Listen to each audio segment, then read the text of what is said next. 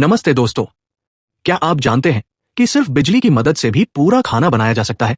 आजकल किचन में कई ऐसे इलेक्ट्रिक उपकरण आ चुके हैं जो गैस के बिना खाना पकाने में मदद करते हैं।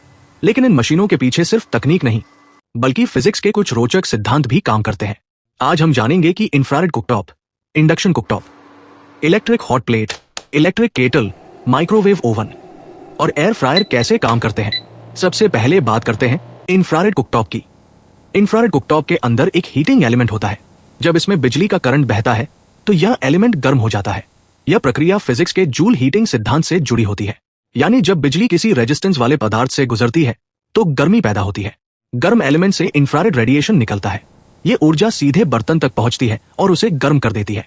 इसकी सबसे अच्छी बात यह है कि इसमें लगभग हर तरह के बर्तन इस्तेमाल किए जा सकते हैं, जैसे स्टील, एल्यूमीनियम, तांबा, कांच या सिरेमिक। आमतौर पर इसकी कीमत लगभग 1,500 से 3,500 रुपए के बीच होती है। अब बात करते हैं इंडक्शन कुकटॉप की। इंडक्शन कुकटॉप फिजिक्स के एक महत्वपूर्ण सिद्धांत इलेक्ट्रोमैग्नेटिक इंडक्शन पर काम करता है। जब कुकटॉप में बिजली बहती है तो इसके अंदर एक कॉइल के आसपास बदलता हुआ मैग्नेटिक फील्ड बनता है। यह मैग्नेटिक फील्ड बर्तन के धातु में एडी करंट पैदा करता है। यही करंट बर्तन को अंदर से गर्म कर देता है। इसका मतलब यह है कि चूल्हे की सतह ज्यादा गर्म नहीं होती बल्कि बर्तन खुद गर्म होता है। इसी कारण इंडक्शन कुकटॉप पर खाना जल्दी पकता है और ऊर्जा की बचत भी होती है। लेकिन इसमें केवल मैग्नेटिक मेटल वाले बर्तन ही काम करते हैं, जैसे लोहे के बर्तन या इंडक्शन बेस्ड स्टेनलेस स्टील। इसकी कीमत आमतौर पर 2,500 से 5,500 रुपए के बीच होती है।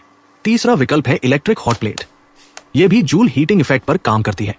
जब बिजली का करंट मेटल कॉइल से गुजरता है तो रेजिस्टेंस की वजह से कॉइल गर्म हो जाती है। गर्म कॉइल बर्तन को गर्म करती है और खाना पकता है।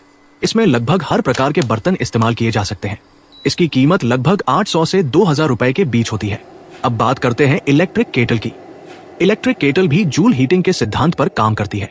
इसके अंदर एक धातु की हीटिंग प्लेट होती है। जब इसमें बिजली बहती है तो ये प्लेट बहुत तेजी से गर्म हो जाती है। फिर ये गर्मी पानी तक पहुंचती है और पानी उबलने लगता है। इसका उपयोग पानी उबालने, चाय बनाने, कॉफी बनाने और इंस्टेंट नूडल्स बनाने के लिए किया जाता है। इसकी कीमत लगभग 600 से 1,500 रुपए तक होती है। अब बात करते हैं माइक्रोवेव ओवन की।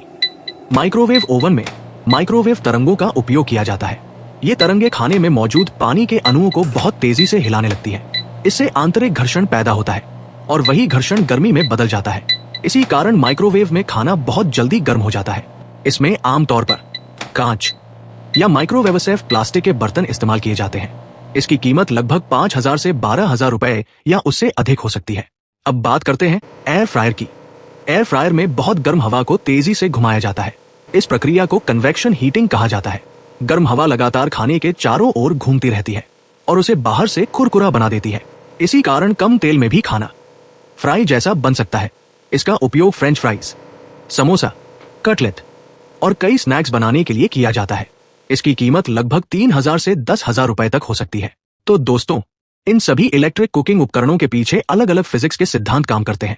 कहीं जूल हीटिंग, कहीं इलेक्ट्रोमैग्नेटिक इंडक्शन, कहीं माइक्रोवेव रेडिएशन और कहीं गर्म हवा का कन्वेक्शन। अगर घर की बिजली व्यवस्था सही हो तो ये उपकरण गैस पर निर्भरता कम करने में काफी मदद कर सकते हैं। अगर आपको ये जानकारी उपयोगी लगी हो तो वीडियो को लाइक करें और इसे दूसरों के साथ जरूर साझा करें।